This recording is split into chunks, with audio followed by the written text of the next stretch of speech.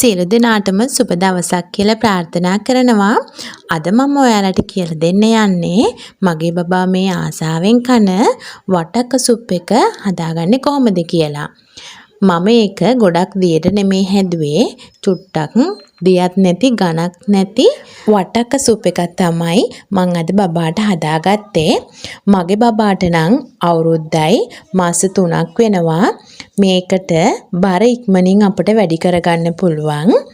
මාස 6යි සති 3ක් විතර ගියාට පස්සේ බබාට වට්ටක්ක හඳුන්වලා දුන්නාට පස්සේ ඔයාලට පුළුවන් මේක හදලා දෙන්න. එහෙනම් අපි බලමු බබාගේ බර වැඩි කරගන්න අපි කොහොමද මේ විදිහට වට්ටක්ක සුප් එකක් හදාගන්නේ කියලා. මේ තියෙන්නේ ඒකට අවශ්‍ය දේවල්. මම මෙතන අරගෙන තියෙනවා උකු පොල් කිරි ටිකක්, පොඩියට කපා ගනිපු වට්ටක්ක ටිකක්, කරපුංචා, සුදු ලූණු, රතු ලූණු බික් දෙකක්, තල ඇට ටිකක්, ලුණු, රටකජු කුඩු ටිකක්. ඔගොල්ලොන්ගේ බබාට අවුරුද්දට අඩු නම් ලුණු දාන්නේ නැහැ. නට්ස් පවුඩර් එකතු කරන්න පුළුවන් මාස 8ට වැඩි බබෙකුට නම්. තව මං අරන් තියෙනවා මෙතන මගේ බබාට අවුරුද්දට වැඩි නිසා ලුණු සහිත බටර් එක. ඔයගොල්ලන්ගේ බබාට අවුරුද්දට අඩු නම් ලුණු රහිත බටර් එක ගන්න. තව මම මෙතනදී මේ කෑම එකට බිත්තරයකුත් එකතු කරගන්නවා. ඔයාලට පුළුවන් ඕනම් මාළු, චිකන් එහෙම එකතු කරගන්න. මුලින්ම ෆෑන් එකක් ලිපේ තියලා ෆෑන් එක රත් වුනහම බටර් ටිකක් දාගත්තා. ඒක චුට්ටක් රත් වේගන එනකොට මම මුලින්ම සුදු ලුණු ටිකක් එකතු කරගත්තා. මාස 6ක බබෙකුට නම් ඉස්සෙල්ලාම සුදු ලුණු දෙන්න එපා.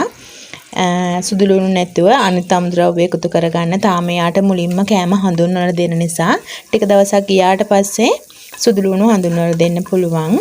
ඊට පස්සේ මම කරපුංචා රතු ලුණු ටික දාලා මේ විදිහට පොඩ්ඩක් ඒ ටික බැද ගන්නවා.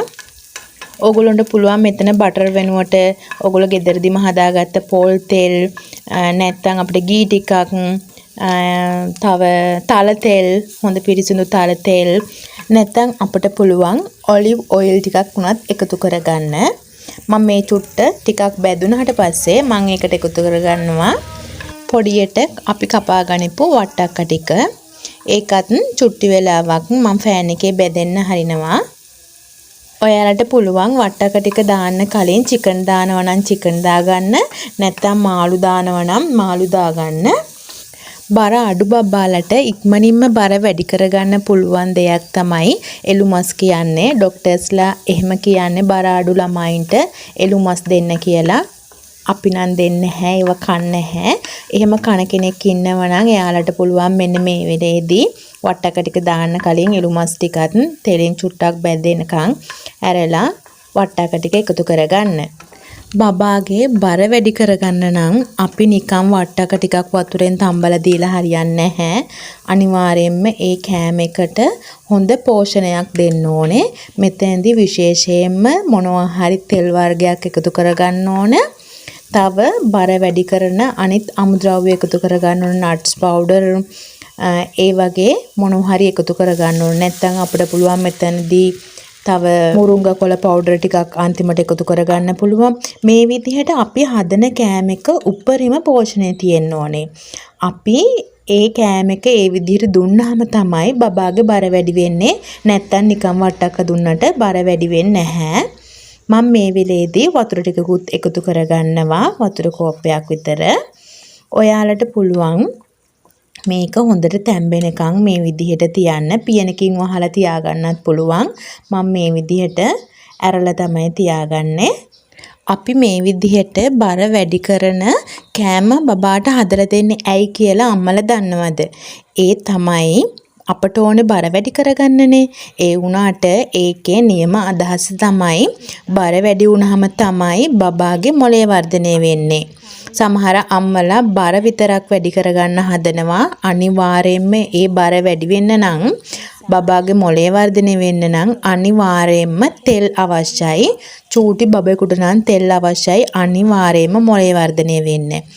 බබාගේ බිඳුවත් අවුරුදු 5ත් අතර තමයි බබාගේ මොළේ වර්ධනය වෙන්නේ. ඒ අතරිනුත් බිඳුවත් අවුරුදු 2ත් අතර තමයි බබාගේ මොළේ වර්ධනය ශීඝ්‍රයෙන් වැඩි වෙන්නේ.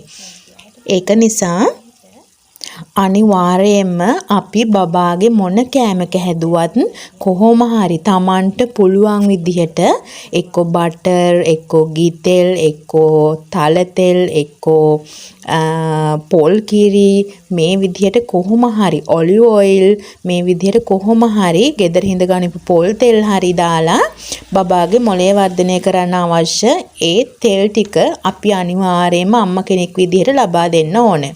මම මෙන්න මේ විදිහට අපේ වටක්ක ටික මං හැන්දෙන් හිමිහිට පොඩි කරගන්නවා. මම බබාට පොඩි කාලේ ඉඳලම කෑම වර්ග බ්ලෙන්ඩර් කරලා දුන්නේ නැහැ. ඒක නිසා මම මේ කෑම එකත් හදාගන්නේ මේ විදිහට හැන්දෙන් පොඩ පොඩි කරගන්නවා. ඊට පස්සේ මේ ගානට ආවහම මම පොල් කිරි ටිකත් ඒකට එකතු කරගන්නවා. මේ කෑම එක හැදෙන ගමන්ම මං හැන්දෙන් හිමිහිට මේ කෑම එක පොඩි කරගන්නවා. ඔයාලට පුළුවන් මේක මේ විදිහට හැදුනට පස්සේ බ්ලෙන්ඩර් කරලා දෙන්න. නැත්නම් ඔයගොල්ලන්ට පුළුවන් අපි අර පොඩි කාලේ මත් ගන්නවා වගේ බබාගේ මේ වටක සුප් එකත් ගොට්ටක දාලා මත් කාලා දෙන්න. එතකොට තවත් හොඳට දෙන්න පුළුවන් බබාට. මේක ටිකක් හිඳෙනකොට මම ඒකට හොඳ ගම්බිත්තරයක් එකතු කරගන්නවා. ඒක චුට්ටක් මෙහෙම ගහගෙනයි එකතු කරගන්නේ. නැත්තම් අපේ කෑමකට දාපු ගමන් ඒක එක කුට්ටියක් වගේ වෙනවා. මේ විදිහට ගැහුවාම හැම තැනම විසිරෙන නිසා ඒක කෑමකට හොඳට අල්ලනවා. මේ විදිහට මම හැන්දෙන් හොඳට හැඳිගා ගන්නවා. ඔයාලට පුළුවන් මේ වෙලේදී හාල්මැස්ස කුඩු ටිකක් උනත් බබාට එකතු කරන්න. නැත්නම් අන්තිමට හාල්මැස්ස කුඩු ටිකක් උනත් එකතු කරන්න පුළුවන්. මම බ්ලෙන්ඩ් කරන්නේ නැහැ. මම කරන්නේ ගොට්ටෙන් මත් කාලා දෙන්න. ඔයාලා හිතයි දැන් මේක සුප් එකක් නෙමෙයිනේ කියලා.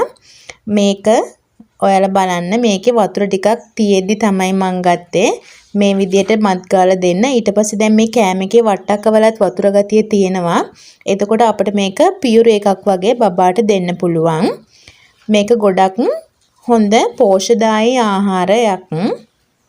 මේ බලන්න මත් ගෑවහම අර බිත්තර එකත් අපේ වට්ටක ටිකත් හොඳ ක්‍රීම් එකක් වගේ හැදලා තියෙන්නේ. හොඳ පෝෂ්‍යදායී ආහාර වේලක් තමයි අපි බබාට මේ හදාගත්තේ. දැන් බලන්න මේ විදිහට වතුර ගතිය වට්ටක්කවල තියෙනේත් වතුර ගතිය මේකට එකතු වෙලා තියෙන්නේ. දියත් නැති උකුත් නැති සුප් එකක් තමයි අපිට අවසානයේ හදාගන්න පුළුවන් වෙන්නේ. මේ විදිහට හදාගන්නපු සුප් එකට අපි තවත් උපරිම පෝෂණය දෙන්න ඕන. ඒක නිසා මම මේකට එකතු කරගන්නවා හොඳට ගරලා හොදලා වේරලා ගත්ත තල ඇට ටිකක්. රටකජු ඇට 10ක පමණ කුඩු කරගෙන ඒ කුඩු ටිකක් එකතු කරගන්නවා. ඔයගොල්ලන්ට පුළුවන් තව ඕනනම් මේකට නට්ස් පවුඩර් මොනවා හරි වෙන නට්ස් පවුඩර් මොනවා හරි එකතු කරගන්න පුළුවන්. ආමන්ඩ්, කජු, ඒ වගේ වෝල්නට්ස් ඒව එකතු කරගන්න පුළුවන්. තව එකතු කරගන්න පුළුවන් අපිට මේකට හාල්මැස්ස කුඩු ටිකක් එකතු කරගන්න පුළුවන්. තව මුරුග කොළ පවුඩර් ටිකක් එකතු කරගන්න පුළුවන්. අන්න ඒ විදිහට අපි දෙන කෑම එක උපරිම පෝෂණයෙන් තමයි බබාට දෙන්න ඕන. එතකොට තමයි බබාගේ බර ඉක්මනින්ම වැඩි කරගන්න පුළුවන්. නැතුව නිකම් වට එක හැදුවයි කියලා බබාගේ බර වැඩි වෙන්නේ නැහැ. එහෙනම් ඔයාලත් මේ කෑම එක හදලා දීලා බබාගේ බර වැඩි කරගන්න. එහෙනම් අදට ගිහින් එන්නම්. බබාගේ කෑම වලට දාන බර වැඩි කරන අමුද්‍රව්‍ය වලින් තෑග්ගක් දෙන්න තමයි හදන්නේ. ඔයාලගේ බබාගේ වයස දාලා මට මැසේජ් එකක් දාන්න. මාව subscribe කරගෙනම යන්න.